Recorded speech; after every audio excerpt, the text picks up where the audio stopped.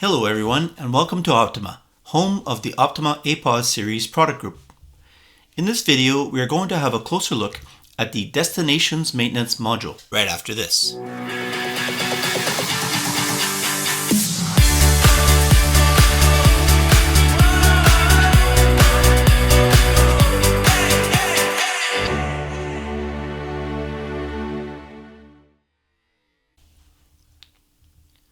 This module allows you to define the types of order destinations allowed on your GoPOS system.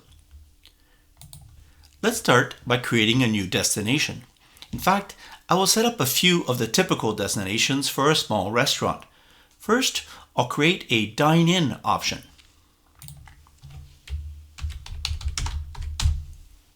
For the dine-in option, all taxes should apply, which means that all of the tax exemptions should be disabled.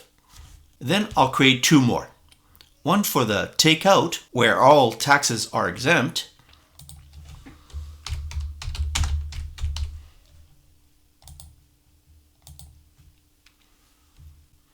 and one for delivery, where only the GST applies and the PST is exempt.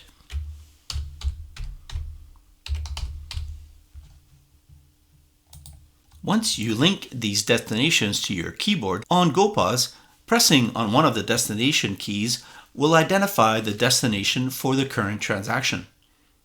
Pressing on a different destination at any point in the transaction before it has been tendered will change the destination for the entire transaction. When tendered, the taxes marked as exempt will not be applied to the transaction. The destination caption will be displayed at the top, bottom, or both top and bottom on the receipt and on the kitchen printer. And that is it for destinations.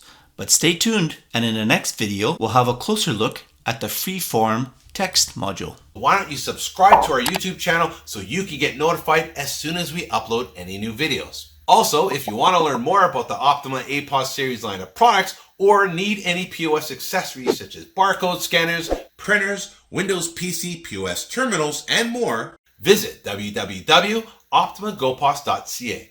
Again, that's www.optimagopos.ca. I'm Brandon from Optima, and I'll see you again.